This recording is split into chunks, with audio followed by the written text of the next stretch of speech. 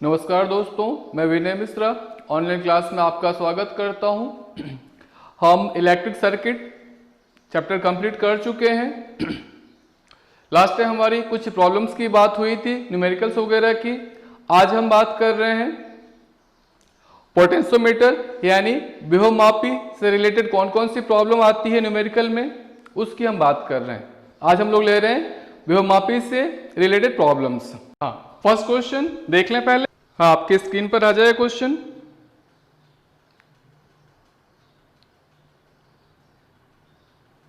यहाँ क्वेश्चन दे रखा है, एक विभवमापी का तार की लंबाई L है, कैपिटल L है, तथा इसके प्राथमिक परिपथ में 2.5 वोल्ट की बैटरी है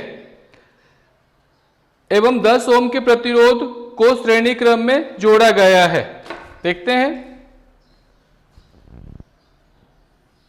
विभवमापी की तार की लंबाई L है, प्राथमिक परिपथ में 2.5 वोल्ट की बैटरी है, एक 2.5 वोल्ट की बैटरी है और इसे 10 ओम के प्रतिरोध से जोड़ा गया है। यहां जो प्रतिरोध होता है वो धारा नियंत्रक का प्रतिरोध होता है, यानी ये कितना लिया है यहां पर 10 ओम। इसको हम R डैश से लिखते हैं।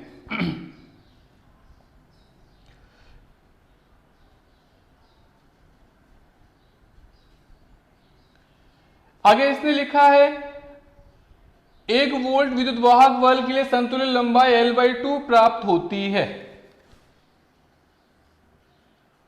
यहां पर एक सेल जोड़ा गया है 1 वोल्ट का।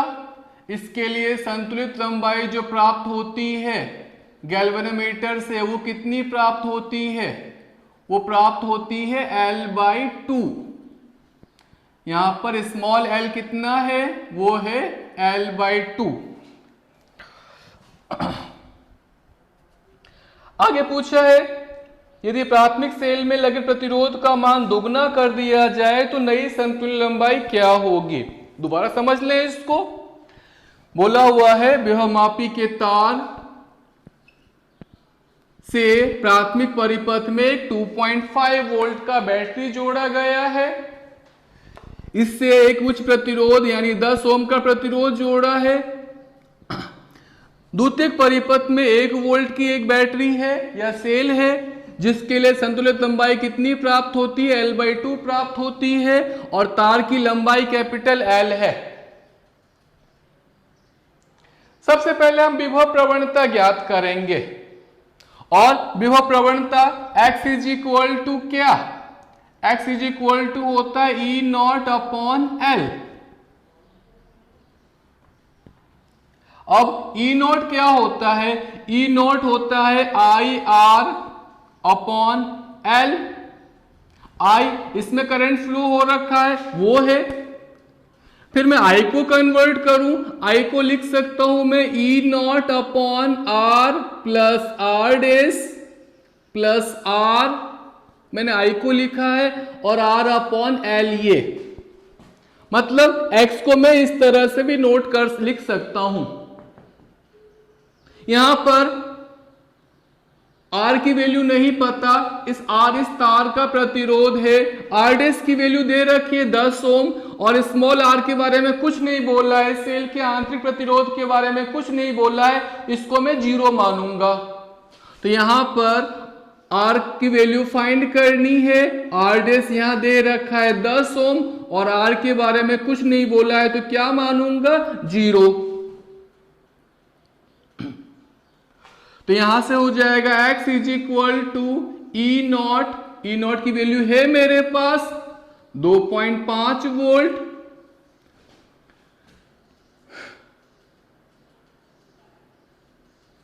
R यहां कितना फाइंड करना है? R डैश कितना 10 और ये 0 और ये R/L। आगे बोला है इस 1 वोल्ट के लिए संतुलित लंबाई L/2 प्राप्त होती है। अकॉर्डिंग टू क्वेश्चन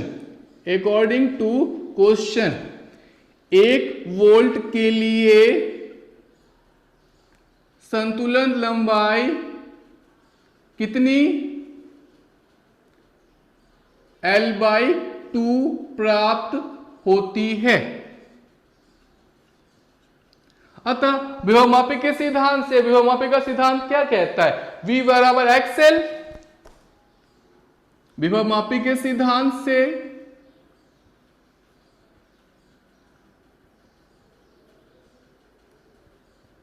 V बराबर क्या? XL। V कितना? 1 वोल्ट। X कितना? 2.5 upon R upon R plus 10 R upon L और स्मॉल, ये तो मैंने X को लिखा है पूरा। अब स्मॉल l कितना बोला है इसने? L/2। L से L कैंसिल, सॉल्व करें इसको, क्रॉस मल्टीप्लाई कर रहा हूं मैं, तो यहां पर 2R प्लस 20 इधर चला जाएगा, 2R plus 20 this equal to 2.5R। 2R को उधर भेजता हूं तो 2.5R माइनस 2R कितना लिख सकता हूं? 0.5R this equal to 20। यहां से पॉइंट को हटा करके 10 कितना? 2। R इज इक्वल टू कितना मिला हमें? यस 20 इंटू 2 40 ओम। इससे हमने जो ये तार AB है उसका प्रतिरोध ज्ञात कर लेते हैं। कितना मिला? 40 ओम। अब आगे इसने कहा है प्रॉब्लम में, यदि प्राथमिक सेल में जुड़ लगे प्रतिरोध का मान दुगना कर दिया जाए तो नई संतुल्य लंबाई क्या होगी? अब इसने बोला है प्राथमिक परिपथ में जुड़े सेल का प्रतिरोध डबल कर देते हैं, मतलब R' कितना कर देते हैं? अब R' बराबर कितना? डबल मतलब 20 ओम। तो X' फाइंड कर लेते हैं। X' क्या होगा? फॉर्मूला ये वाला यूज कर रहा हूं, X' equal to E0 R plus R' plus R और R अपॉन L। E0 कितना? कोई चेंज नहीं, 2.5। R कितना? फाइंड कर चुके हैं 40। R' कितना कर दिया है इसने? 20। R' इसने डबल किया है और R अब भी 0। R अपॉन R की वैल्यू है मेरे पास अब 40 अपॉन L। यहां से 2.5 और 40 कितना हो जाएगा? 100। यहां से 40 और 20 60 कैंसिल और 1 अपॉन L। ये वैल्यू फाइंड कर ली हमने X'। अब आगे पूछा है इसी 1 वोल्ट के लिए संतुलित लंबाई कितनी होगी? इसी 1 वोल्ट के लिए संतुलित लंबाई क्या होगी?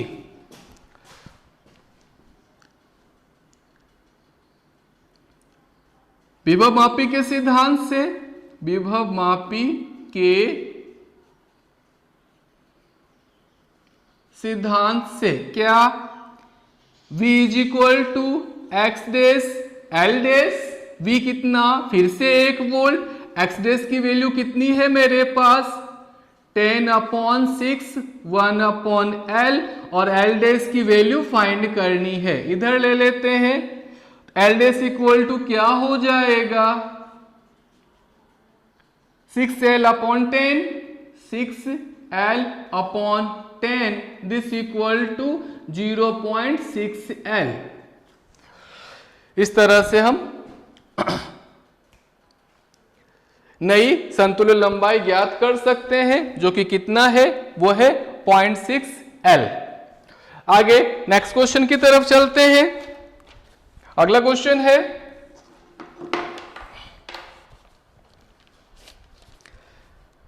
दस मीटर लंबे विभवमापी के तार का प्रतिरोध 1 ओम है, 1 ओम पर मीटर है।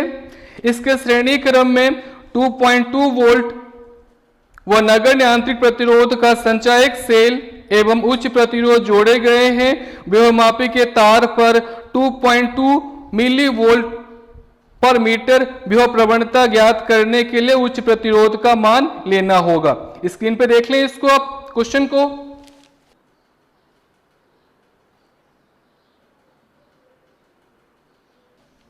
विभवमापी का तार है AB,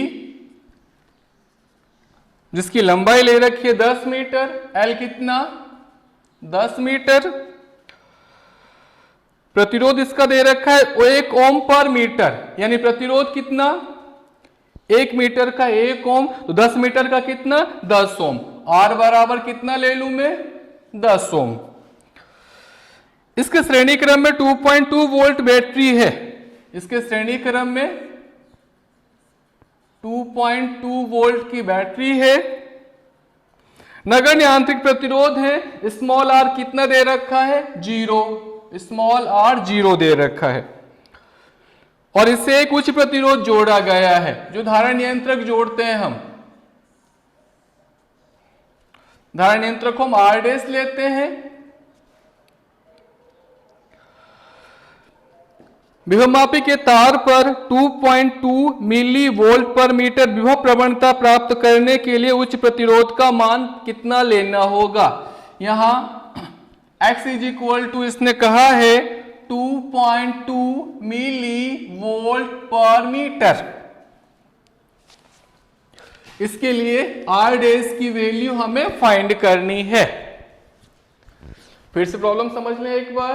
क्वेश्चन में दे रखा है एक तार है, विभवमापी का तार है, जिसकी लेंथ है 10 मीटर।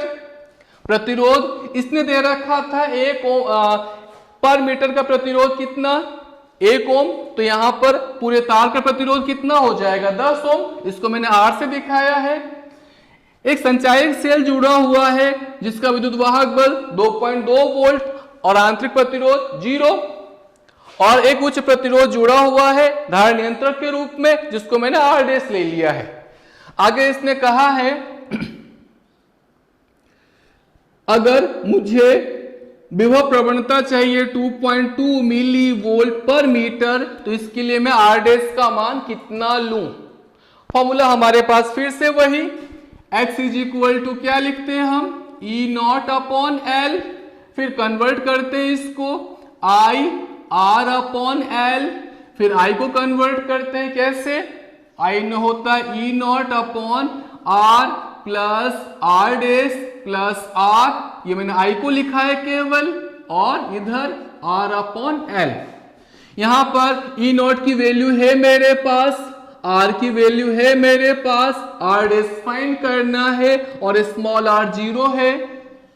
कैपिटल R भी दे रखा है, L भी दे रखा है, और X की वैल्यू भी दे रखी है।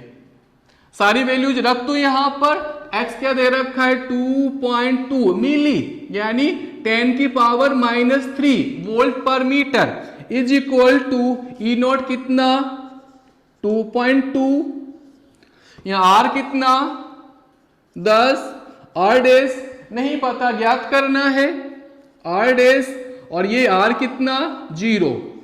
फिर से कैपिटल R 10, L कितना 10, ये कैंसिल, ये 2.2 से 2.2 कैंसिल, यहां बचा 10 की पावर -3 इज इक्वल टू, या इसी को मैं ऐसे भी लिख सकता हूं 1/1000, this equal to 1/10 plus R', cross multiply करें, इधर क्रॉस मल्टीप्लाई से क्या हो जाएगा 10 plus R' is equal to 1000, तो R' is equal to 1000 minus 10, this equal to 990 ohm. इस तरह से हम फाइंड कर सकते हैं कि इस स्थिति के लिए, इस विभव प्रवणता के लिए मुझे यहां पर धारण नियंत्रक के रूप में या R' के रूप में कितना प्रतिरोध लेना होगा 990 ओम। एक लास्ट क्वेश्चन और लेते हैं। क्वेश्चन मैं स्क्रीन पे दिखा दूं आपको। क्वेश्चन देख लिया आपने।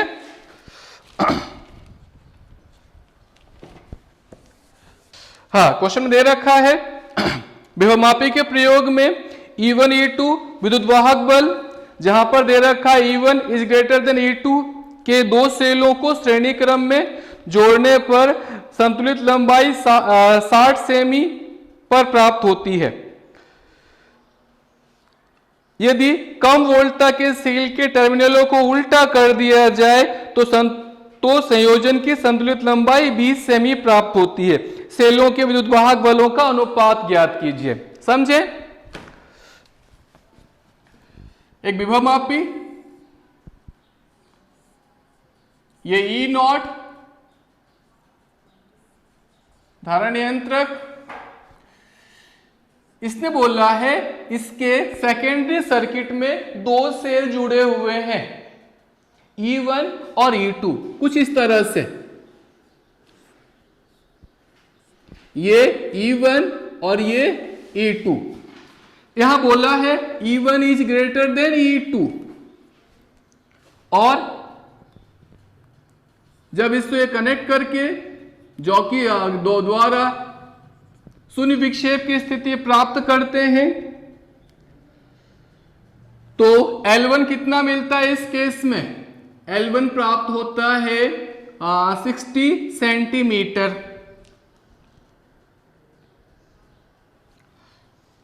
अब अगर सेकंड केस क्या कर दिया है इसने?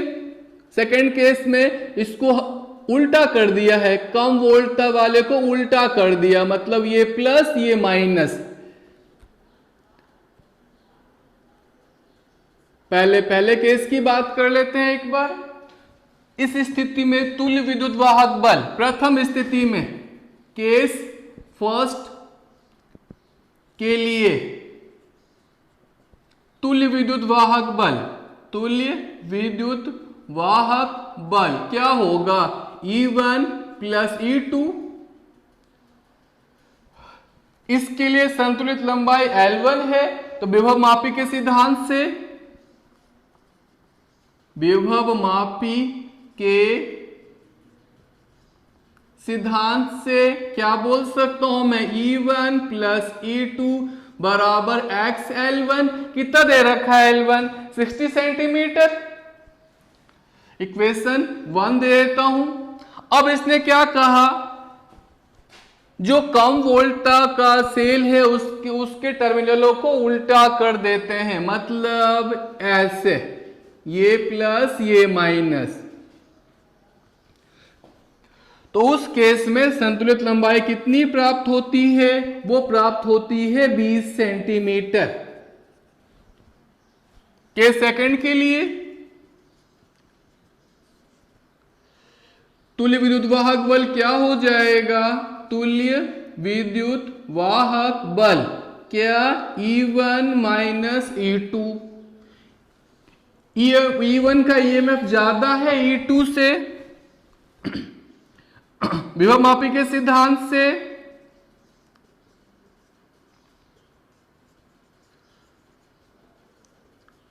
क्या कहूंगा मैं? E1 minus E2 is equal to XL2। Equation 2 दोनों को सॉल्व कर लें।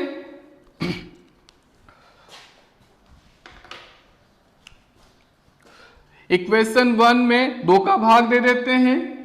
Equation 1 divided by equation 2, E1 plus E2 upon E1 minus E2, this equal to X L1 कितना? 60, X L2 कितना? 20। कैंसिल क्रॉस मल्टीप्लाई कर दें इसको, या 2 से कितनी बार काट सकता हूं मैं? 3 बार। क्रॉस मल्टीप्लाई कर दें तो E1 plus E2 is equal to 3E1 minus 3E2।